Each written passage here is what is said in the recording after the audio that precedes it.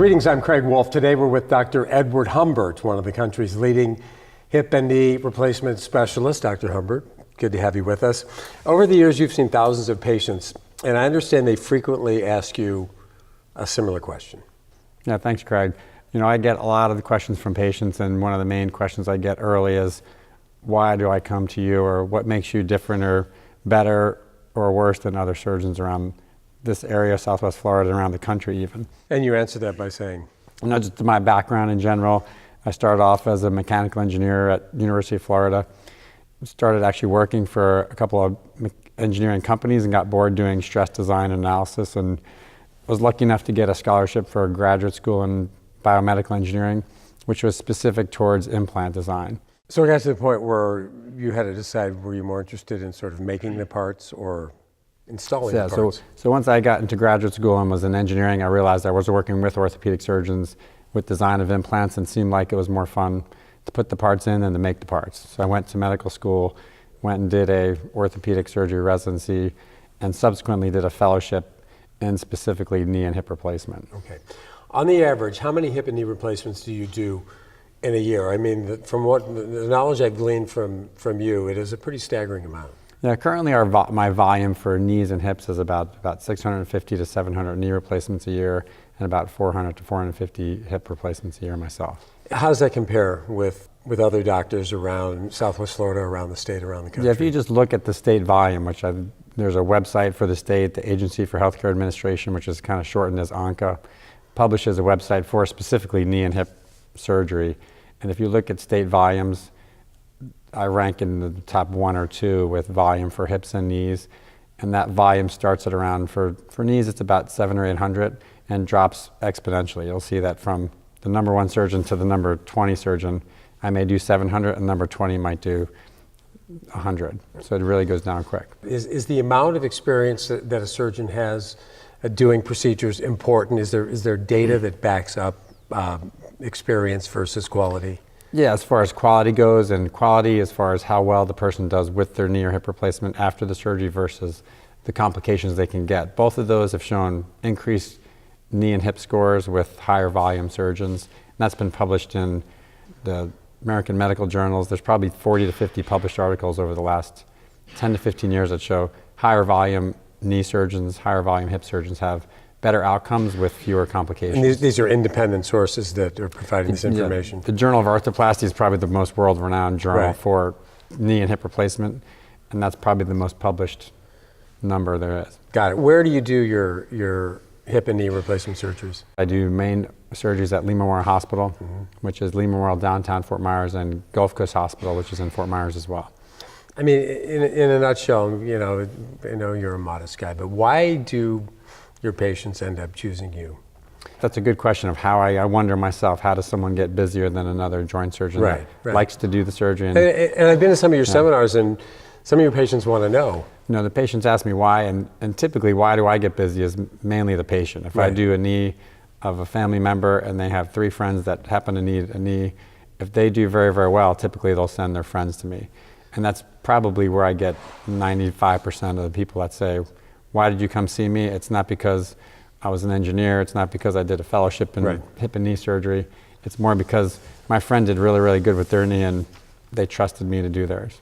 Let's get into some specifics now about the procedure and what you do. What are the most common symptoms that lead people to see you in the first place? And for the purposes right now, let's talk more about knees. So with knees or hips or pretty much any joint that has arthritis, it's aware of the articular cartilage. Articular cartilage of the joint is probably the smoothest surface on earth. It has the coefficient of friction of 7 times that less than ice on ice. So when that surface wears down to bone and the bone starts to articulate, the typical symptoms we see are pain, swelling, stiffness, and personalities change. As someone gets a little more pain, the spouse or the husband typically says, she's a lot grouchier than she used to be. She can't sleep at night. She can't walk as far as she used to. And the wife's saying how he can't golf 9 holes anymore. And you typically see pain, swelling, stiffness are the 3 big common problems they get. And what's the most effective way to diagnose these problems? It's really sort of the old-fashioned X-ray, right? Diagnosis of arthritis is specifically examining the patient, looking at X-ray, does a very, very good job at evaluating articular cartilage and arthritis damage. You know, MRIs are always the classic football player gets hurt and they go get an MRI. MRIs are not as good, I think, as just diagnosing simple arthritis as just a plain x-ray and a physical exam. What about alternatives that are out there the patient should consider before having their joint replaced? Obviously, there are some situations where there is no alternative, and it's fairly obvious that there isn't. But in general, what is out there besides replacement? Yeah, so I mean, initially when someone has pain from arthritis, we always try to avoid any kind of surgery. I tell every patient there's nothing better than their knee or their hip if they can keep their own parts and not hurt. So if we can avoid surgery and keep their joint painless and they can swim and golf and play tennis, the typical things we do are over-the-counter anti-inflammatories. Which would be like an Aleve or an ibuprofen? Ibuprofen or Aleve. There's prescription anti-inflammatories that are designed to be a little bit safer on your stomach, and you can tolerate them easier because they're once a day. And is that the biggest problem with taking anti-inflammatories for most people, is a stomach issue? Anti-inflammatories can cause two things. They can cause GI upset and bleeding, and they're excreted from your kidneys, so they can cause kidney failure. So those are the two big risks of taking excessive amounts of anti-inflammatories. So you put off surgery as long as possible. At what point do you come to the conclusion that a surgery is necessary? So yeah, I mean, if someone's done the anti-inflammatories, the other real popular thing we do are injections of the joint. So we can put an anti-inflammatory medication into the knee or the hip or the shoulder, whatever joint's arthritic, you know, and there's a variety of injections that we have a choice of today, from typical anti-inflammatories, which are just like Motrin or Aleve that we put in the joint. There's visco supplements, which are lubricating injections specifically for knee these days that can be helpful. And there's alternative shots. People hear about platelets that are getting Is that platelet-rich therapy? PRP is called platelet-rich plasma, where people get their own blood taken. They extract the platelets and inject those platelets into that specific joint. Do you do that? And platelets are anti-inflammatory cells. Right now, there's no real solid data that proves that PRP really works for arthritis.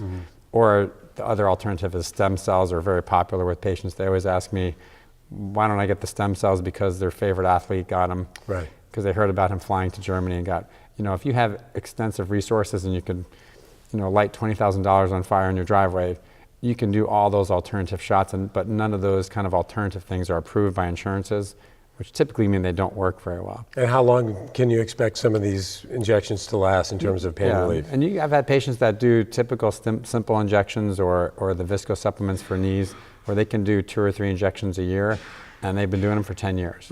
And people do 1 or 2 injections and they feel great. If you can keep your own parts and not hurt and do everything you like, then that's by far, no one's gonna give you a better knee than your own knee that doesn't hurt. How about, what's the pain factor? Excuse me, on those shots? Injections are a little bit painful, just like any injections, but they're pretty simple. People usually are surprised on how easy they are, as opposed to how much they hurt. There's a braveness factor, I'm sure that's involved with the patient also. Occasionally we hear about new methods or devices for doing knee replacements. How do you determine what the best method of replacement is? So with knees, there's always going to be some new brand or some popular design that gets advertised by these huge orthopedic companies. There's probably 20 different companies in this country. They're all out to say they have the best knee. They're kind of like cars, Cadillac and Mercedes and Lexus. And the best knee out there, if there was one, every surgeon would use that one particular knee. I tell patients, don't go to the guy who's advertising for a special, you know, athletic part or running knee or triathlon knee. I tell them to go to the patient, you know, to go to the surgeon that has a good brain and 2 hands that can put those parts in safely and to make sure they're put in properly. Whatever brand and name I put in, I can make it work. So there's a marketing component of all of this also. Yeah, I mean, there's a huge marketing for everything, and joint replacement's no different. But the actual implant, assuming it's from a reputable company, assuming that surgeon puts it in safely and puts it in properly and is aligned correctly, they do very, very well. Talk a little bit about the procedure itself. Is it a lengthy procedure? Is it really a complicated procedure? You know, joint, I mean, typically for, you know, looking at surgeons just like anything, you have guys that go out and golf and can shoot a 65, and you have guys that go out and golf and can shoot 120. Knee replacements in my hands with my surgical team, because we do a lot of these, and my team is also very, very good and very efficient. We could do a knee just like a NASCAR team changes a tire. There's not one step that's missed. There's not anything. We talk to each other. It's a very, very efficient process, and we could be done with a knee that's a simple knee in 20 to 25 How, minutes. how big is the incision, or does it not really matter, I guess? Again, incisions, because I do a lot of them, we can make them as small as they have to be to do the surgery safely. Which would be how small? They're probably 3 or 4 inches for a full knee replacement, not a normal standard size patient. You know, if you took a linebacker with a big knee that was very heavy, it could be a little bigger, or you can have a little smaller incision for someone who's very thin. What about the difference between total knee replacement and partial knee replacement? Well, total knee is for a knee that has arthritis in every part of the joint. Partial knees are very, very isolated arthritis, that there's one specific area that is worn out, and we can replace just that one part of the knee. You know, it's a very specific indication. Patients that are candidates for that usually have isolated pain, their x-rays show isolated arthritis, and they do very, very well. Partial knees have a little bad reputation, because if you do a partial knee in someone who's got arthritis in all the compartments of the joint, they're not going to do well. And no one wants to have this type of procedure done twice. How long can you expect these implants to last and function before you might have to have it done again? You know, today's knees and simulated wear data, we're looking at 30-year knees. 30-year knees. You know, the knees that we did in 20 years ago, so the knee that was done in 1995, right now the current failure rate for those knees at the 20th year is about 5% per year from that point. So we think they're getting better. So we hope that 5% per year is at the 30-year mark today. So when you mention a failure rate, that basically doesn't mean they fail right out of the gate. They fail over a period of time. Over time, just like your tire wears out, the Right. plastics can wear out, the parts can loosen. Hopefully that's not for 25, 30, or 35 years. But if they do fail, that's the point where you say if something loosens or wears or starts to hurt, you could redo that knee. So they can be replaced. Yeah, revision. You go can- right back sure. in and... Yeah, redoing a knee replacement is just called a revision knee, which we do a significant number of those as well, because we are basically I'm basically a joint replacement surgeon, and when things fail, we know how to fix those as well. We talked about the pain factor with the injections. What is the pain factor? And this is probably one of the big questions anybody would ask you from this procedure. Anyone that asks me about surgery, I'll tell them surgery still hurts. There's a lot of benefits to today's technology with pain medications, with anti-inflammatories, with injections we do in the surgery. There's nerve blocks that we can help patients that are benefiting them immediately post-op, where they have as minimal pain as you can possibly have to have a surgery that's a significant surgery. People still have to respect the surgery. It's not a simple surgery. It does take some recovery time. But usually after the first 2 or 3 weeks, people are really getting turned around, where they can get rid of assisted devices like walkers and canes. They can start to do things like simple walking and driving and going out to dinner. Still the high level stuff when they're working out, playing golf, playing tennis, that's still probably a minimum of 4 to 6 weeks before they start high level stuff. And everybody has a different pain tolerance, so I guess that's, figures into the Yeah, but in a equation nutshell, also. surgery still hurts, and we do everything we can to optimize that recovery time and minimize the pain and optimize their outcome. What about a patient's age? I mean, obviously, if you have terrible knees and you're 42 years old, you're going to have to deal, if you live a nice long life, with maybe having to have it done again. Yeah, But is age factor into this? in any Age is something significant that we look at, which obviously no matter what age you are, if you're 92 years old and you can do an injection and feel great for the year, we tell them do the injection and do great for the year. If you're 25 years old and you've done everything, you've done injections, you've done anti-inflammatories, you know you have severe arthritis, we've replaced hips and knees in teenagers that have traumas and rheumatoid arthritis that they just can't walk and do normal everyday stuff without a replacement. So the age is still something you try to postpone it no matter what age you are. But if you're having severe pain, you can't do things you want to do, and you're not doing well with conservative treatments, that's when we would consider surgery, Okay. no matter what your age. And there are complications, obviously, the risk of them with every surgery. What about with knee replacement? You know, with knee replacements, the probably most devastating problem could be an infection. My infection rate and our hospital infection rate, because I do a lot of surgery there, is extremely low on the national average for infections, because our team is so diligent on sterile technique. What is the national average on? Probably off the top of for your- knees right now, if you look at hospital data, it's very hard to hone that number down to an exact number, but it's probably right around the 1% or just lower than 1% mark. Okay.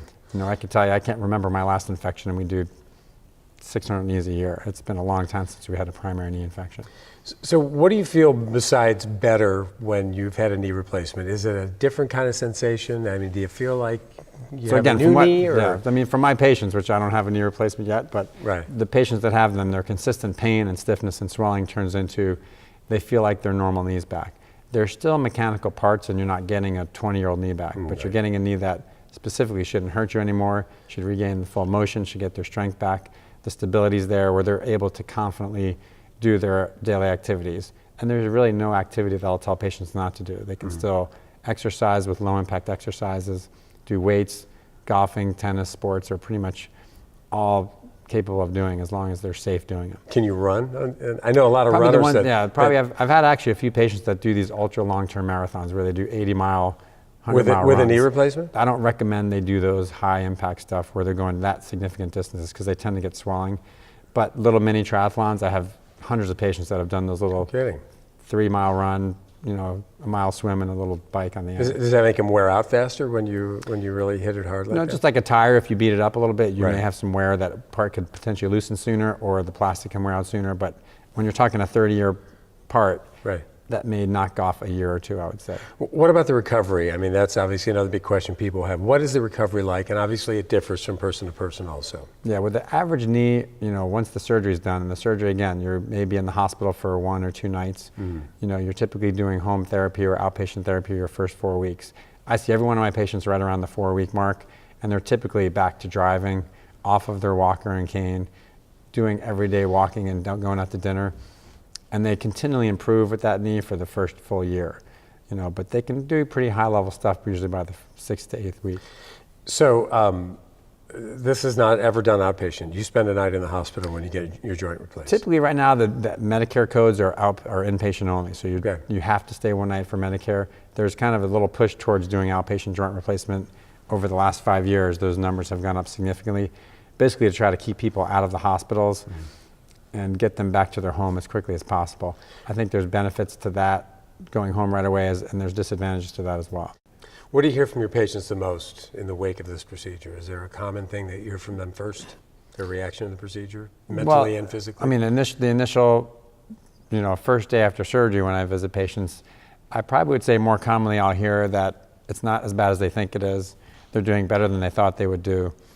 And they do overall better than they imagined. But at that point, do they still have some medication in their knee that blocks some of the pain? Or? No. The first day you may have a nerve block that may help your pain, but after even the first 2 to 3 weeks, I mean, people can get pretty comfortable with oral medications and elevating and icing. And that's, as a patient, your job, your first few weeks is to keep the knee safe, to keep the incision clean and dry. The more patients ice and elevate that leg, the better it will feel, and they'll get better faster following what we prescribe for them as opposed to overdoing it and doing too much too soon. Patients that get into trouble try to do a little too much too soon, and I think they swell and they hurt a little bit more. What about insurance? Are these procedures covered by insurance, and to what degree are they covered? Cost of a patient with just Medicare only may cost them $2,000 or $3,000. That's probably an average. There's supplemental insurances that cover them. I'm definitely not the person to talk to you about the dollar of the cost of the patients that we have. Every office in my office has great girls that do a very, very good job of every single patient gets an evaluation by our insurance girls. They go over the costs, the co-pays. And as a patient, you should know your insurance better than anyone. Right. You should know your co-pays, your deductibles. And that's an important thing when you sign up for insurance. So as another side of advice, don't just have someone show up to your door and sell you a new insurance policy that they claim is the best in the world. When you read the fine print, there's usually comes along with better insurance, higher deductibles, less coverage for certain things, and they limit your care. Let's talk about hip replacements right now. Okay. What are the best methods, the best materials to be used and that you do use? So again, the best method to put a hip replacement in is making sure that number one, the parts are put in properly aligned and they're put in safely. There's different approaches for hip replacements, and probably the most common version of approaches are a posterior approach where someone comes in from behind your hip and goes through the gluteus maximus muscle versus coming in from an anterior type approach. Just the story of my residency where I did training, every surgeon I worked with did a posterior approach. And probably the most common complication of a hip after that surgery is where the ball and socket dislocate. And it always dislocates out the back of the hip. So a posterior approach puts the hip at a little higher risk of dislocations, even if the parts are put in properly aligned. That during my fellowship, my trainers taught me an anterior approach, which during that full year, not one time did I put a hip back in place. So not one hip dislocated during my fellowship, which we did thousands of hips, and I was putting hips back in the emergency room in my residency every time I was on call. So it taught me real quick without reading a journal or or learning how to do anything, that if I have my hip done, an anterior approach is a much safer way to go. So you when don't it comes do to dislocation. the posterior approach at So all? the posterior approach is still a great approach. Posterior. It's probably the easiest way to learn how to do a hip. It's still probably one of the easier ways to put a hip in. It's a little technically challenging to do these anterior approaches, but the long-term safety of dislocations are basically zero. I do, in this state, about as many hip replacements as anyone in the state, and I've yet to have a primary hip dislocate. How long does a hip replacement surgery take? And again, I know there's not a blanket answer for this, as opposed to a knee replacement. You know, if you're asking me how long does with my team and myself, our hip replacements can be done in 20 to 25 minutes. That's unbelievable to me. You know, but there's surgeons out there that, not that they're good or bad, but they may take them 4 hours. Right. You know, the team I work with, not just myself that does thousands of procedures, but the scrub techs and the nurses and the physician assistants that work with me, they're as good as I am. I mean, they really are an all-star team that is like a NASCAR team putting on a tire. It's just everything is efficient in the room, that we optimize putting in your hip or knee, which I think there's benefits to that. We do it perfectly, and we do it a little quicker so that wounds are exposed to bacteria in the room. Less, you know, the shorter the surgery, the less chance that thing gets get infected. I mean, is that where infection usually happens in these surgeries while you're It can happen in the room? If we knew that, we'd never have You one, wouldn't but have an infection. that's one potential source, that if your incision's open for 4 hours. Is it a large incision again? The size of your incision should be appropriate for doing the surgery safely and making sure the parts are put in correctly. The size of the incision is probably the last thing I think about when I'm about to do someone's hip, but secondarily, I like to make it as small as I can do it, where the patient gets a little bit of a benefit from recovering faster and getting better a little quicker.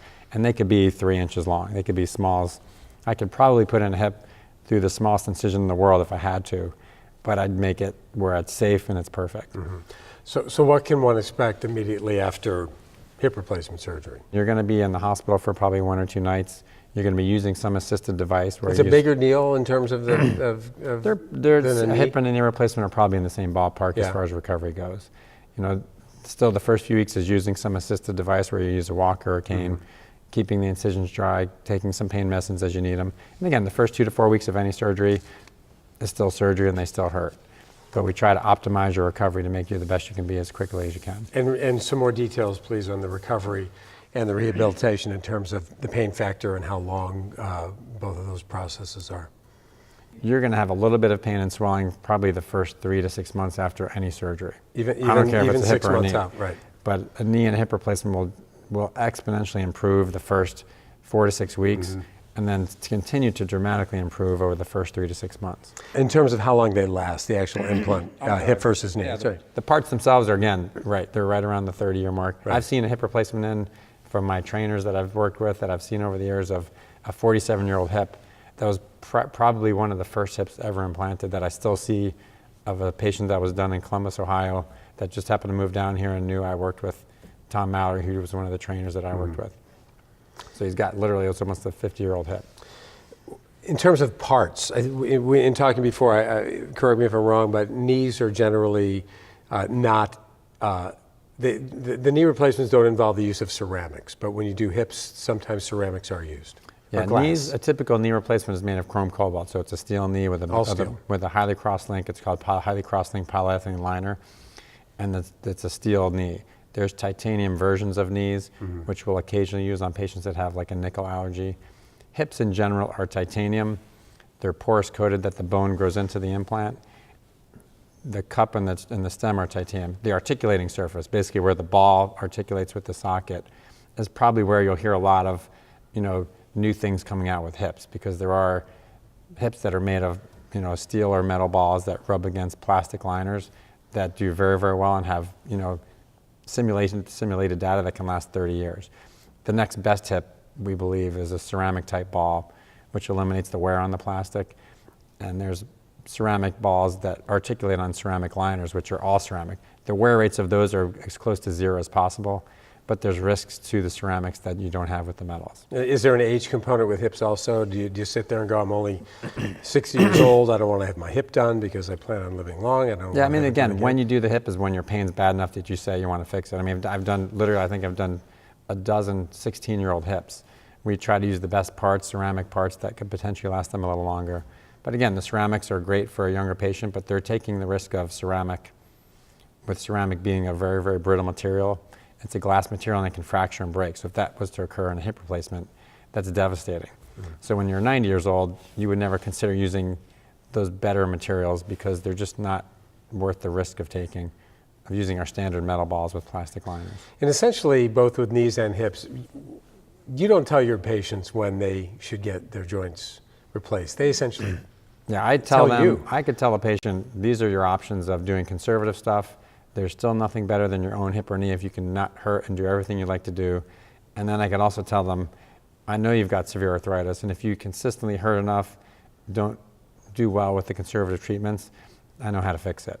And when they decide that, the one thing I can never tell a patient is how much pain they have.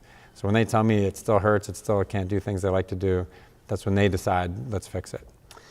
You had mentioned just anecdotally a story about the fact that the ceramic implants can squeak. Right. Wasn't there a lawsuit that was filed? Yeah, I mean, delved ceramics, into people's personal yeah. lives? If you Google or YouTube squeaking hip, you'll hear patients across the room squeaking with ceramics. There's stories that I've heard from patients that, one of the husbands that had a ceramic on ceramic hip, the hip would squeak during sex and she would ruin the moment, and that hip had to be revised to a metal on plastic hip. So I mean, if there's ever a reason for a lawsuit, that's one of them. that would be it. I think they may have won that one. What are the newest developments in your field, in knees and hips? The new things you'll hear about that, if you'll hear on the news and in advertisements, the new implants that are coming out that are different materials or different designs. I usually never tell a patient, go to this surgeon because they're using this particular implant or this particular part. I pretty much say, go to the surgeon that has a good brain and two hands. But there are knees out there that are specifically designed for women. My take on those women or female replacement parts are, they generally come in a pink box, and when we take them out of the box, they just look like a regular knee. So that's more of a marketing tool? So they're tool? more marketing tools. There's a brand new knee that came out that maintains your anterior cruciate ligament. There's not a knee on the planet that does that. So it's new, and it's a kind of an experimental type knee that's FDA approved that I can put them in. And I've done them. I actually just saw one today that said, this knee feels like my natural normal knee. She did very, very well. But this is still a new type of knee, a little bit different design, that the one thing you can never tell a patient is, I've done these knees and I've seen them out for 10 and 15 and 20 and 30 years. So these new things that come out may turn out to be bad things in 5 years from now and get pulled off the market. So just because it's new doesn't mean it's the best product for you. A good example of that is there was a metal on metal hip implant that the metal on metal was, we thought 10 years ago, was the best surface for hip forever. It will never wear out. It was supposed to be the fix-all hip that one time you fix it and you're good for the next 100 years. And it turned out that a significant recall of that hip came out, and a lot of those parts loosened very, very early within the first 6 months. One company had a 50% revision rate within 6 months. So this perfect hip that was getting very, very popular, every single surgeon was putting those hips in young patients. Now you won't find one surgeon in the country putting in metal on metal hips. And briefly, you're not a fan of the robotic component of joint replacement. Again, those are different ways to put the parts in there. They're very gimmicky. I think the surgeons that use them don't do high volumes, and they kind of need these extra tools to help market their practices. But it's definitely not a better way to put the parts in there. It's a very, the particular robotic knee, it is actually a very, very accurate way to measure where an implant should go. The way they put it in, it's very accurately measured, and it's very crudely put in with a kind of a dental burr. I was an engineer, and the classic measure with a caliper and cut with an axe is that particular robotic knee. If you're a good surgeon and you do a high volume of these, the standard instrumentation we use, I think, does a very, very good job, better than any of these newer things that come out, whether they're custom knee replacements, whether they're robotic knee replacements, or whether they're using computer navigation to align the parts. I've done them all and compared our instruments to these newer techniques, and our instruments outperform them every time in surgery. Where when I do our cuts with our standard instrumentation, it's perfect 95% of the time where I don't have to tinker around with the parts. These newer things, I try them and I have to tinker a little more. So Tell us about your seminars. A lot of this information is available at them. Can you let us know when the next ones are? Yeah, I do seminars to speak specifically about knee and hip arthritis and treatment options and what you can do as a patient. You have a lot of people that come to those seminars, don't you? I've been doing one seminar a month since the day I got to Southwest Florida. Which was about a dozen years ago, right? Which is right, 2003 is when I started with a guy named John Fenning. And I've been here ever since, and I've done one a month, and I think they're the best way for me to help patients feel a little more confident about what they're going through any patient that knows more about the surgery and what they're going to go through always does better. And how do people find out about your seminars? Probably the best way to find out the specific date and times or go to our website at jointimplant.com, where they probably have a listing of where I'm at every month and the times we're having them. All right, Dr. Edward Humbert, That's right. orthopedic surgeon extraordinaire. Thank Thanks, you very Craig. much. It's been very enlightening. I'm Craig Wolf, and we'll look forward to seeing you again next time.